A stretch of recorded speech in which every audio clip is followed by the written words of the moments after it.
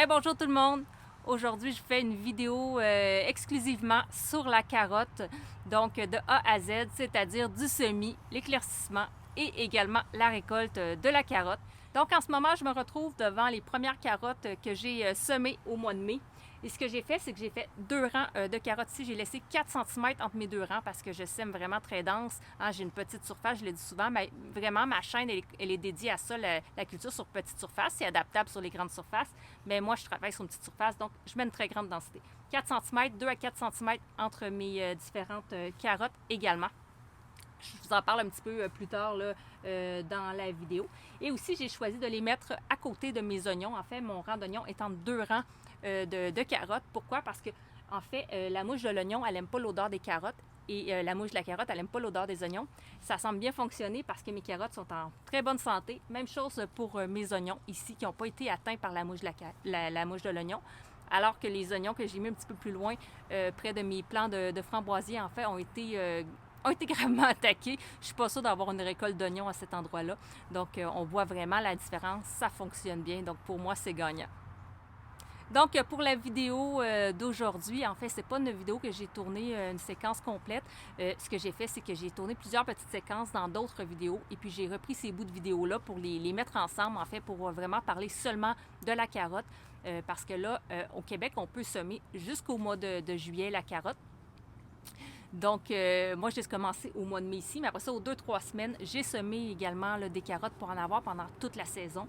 Donc, ici, elles commencent à être relativement prêtes. Là. Vous allez voir un petit peu plus tard, là, dans les autres séquences que j'ai déjà dans mon éclaircissement, on voit qu'il y a déjà une belle grosseur de carottes. Même chose pour mes carottes de couleur là, qui sont de l'autre côté. Donc, ça va vraiment très bien. On peut commencer déjà à piger dedans. Et puis, vous allez voir là, aussi dans l'éclaircissement, j'en avais des plus petites aussi. Là, ils sont un petit peu plus grosses. On va commencer à pouvoir piger dedans aussi prochainement. Les carottes que j'ai semées au mois de juillet, ça va être plus pour mes carottes de conservation à ce moment-là. Donc, je vais laisser plus un 4 cm entre les carottes et je vais venir les récupérer là, seulement à l'automne. De toute façon, les carottes, les légumes racines, je le dis souvent, mais à l'automne, même après les premières gelées, quand on va aller les récolter, eh bien, la racine va s'être gorgée de sucre et à ce moment-là, elle va être encore plus goûteuse. Donc, merci beaucoup et je vous souhaite bon visionnage.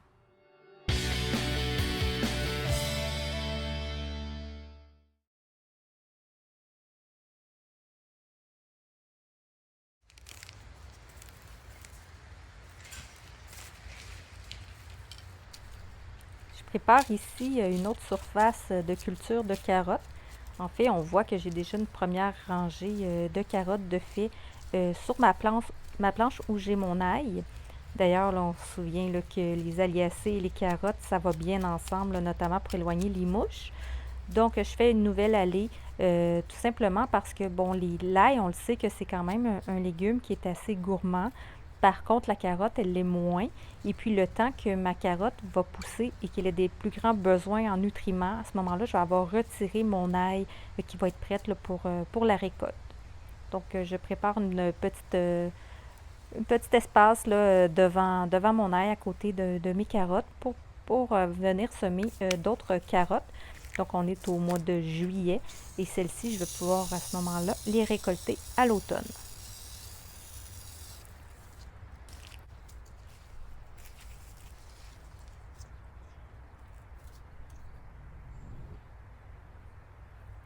J'ai déjà mouillé en fait ma terre, mais j'aurais pu seulement là, faire mon sillon et venir vraiment arroser dans le sillon.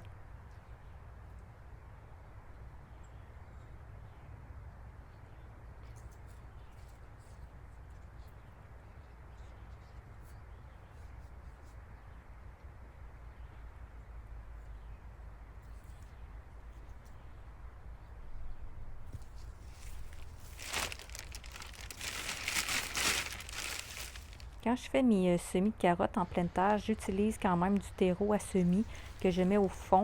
En fait, faut savoir que les carottes, ça a besoin vraiment d'une terre qui est très meuble et très profonde. Donc, c'est important d'avoir bien préparé son sol avant. Puis par la suite, vraiment pour faciliter le tout, je mets un petit peu de terreau à semis là, au fond. Vous pourriez aussi, à place d'utiliser un terreau à semis, utiliser votre propre terre de jardin, mais vous pourriez, par exemple, la tamiser pour avoir vraiment une petite couche qui est plus fine.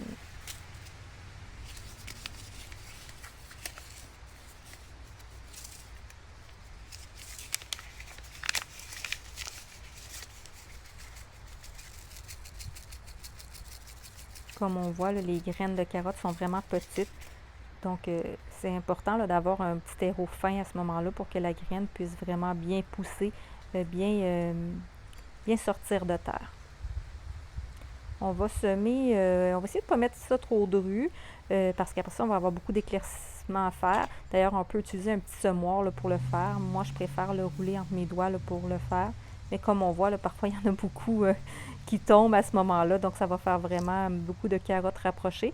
Par contre, les carottes, il faut se dire qu'on n'a pas un taux de germination qui est de 100%. Donc, ça ne va pas tout germer non plus. Donc, souvent, on est mieux d'en mettre un petit peu plus que nécessaire pour s'assurer d'avoir des carottes.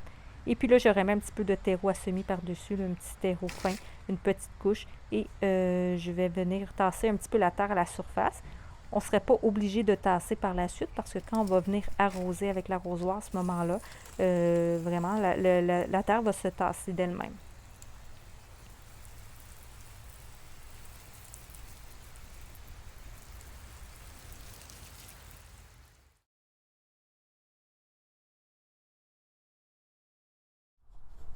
Donc, je vais venir faire l'éclaircissement de mes carottes.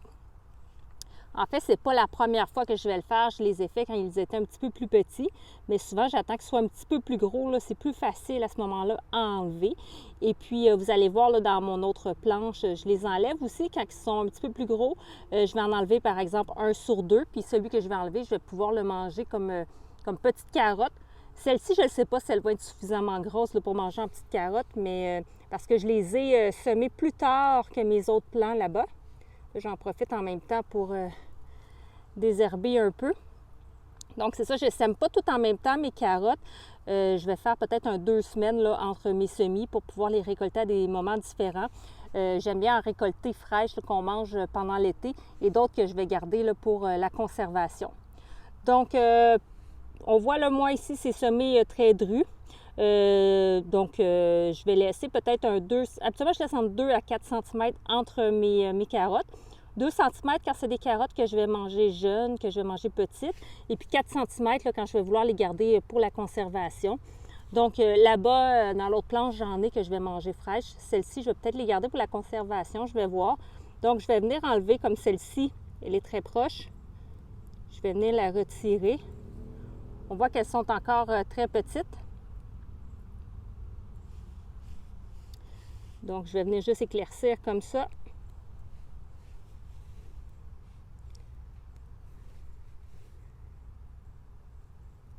Hop, hop. Ici, toi. Idéalement, s'il y en a 2 collées, je vais enlever la plus petite. Je vais garder celle qui est plus grosse.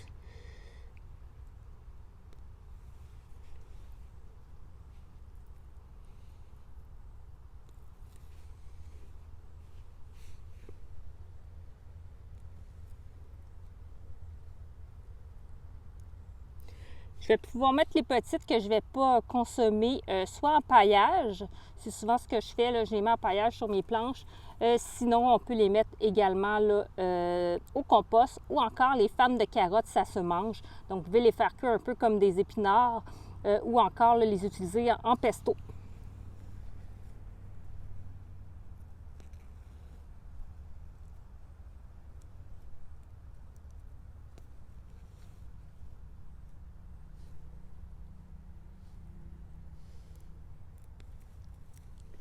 Celle-ci est un petit peu plus grosse. Celle-là, je vais la nettoyer et je vais sûrement la manger.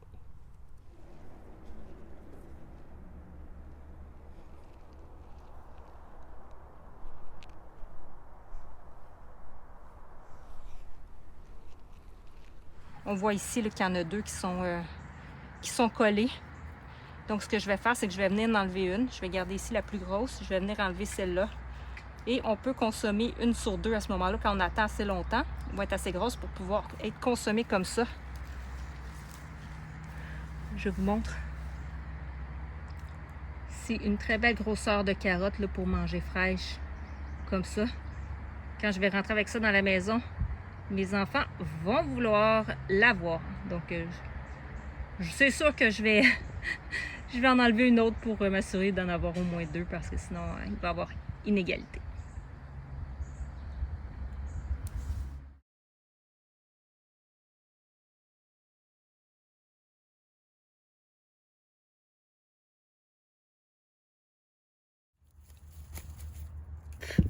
On va l'enlever. On va en profiter tout de suite pour le faire. C'est mes alvéoles. Carottes en alvéoles que j'ai mis au potager. Ouais. Je pense que j'ai... pas très mignon, hein? Je pense que le résultat est pas concluant. Je referai probablement plus de carottes en alvéoles. Ça sert à rien, surtout que je réussis de très belles carottes directement en semi-direct.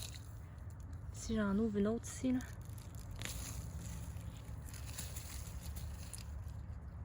C'est des nantaises que j'avais parties en alvéoles.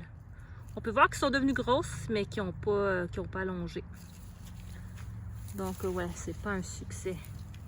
Allez, pour le plaisir, on en enlève un autre.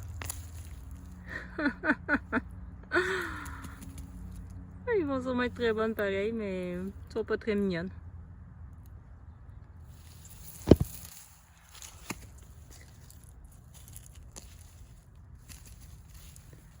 Ouais. T'es tout petite. Et un autre.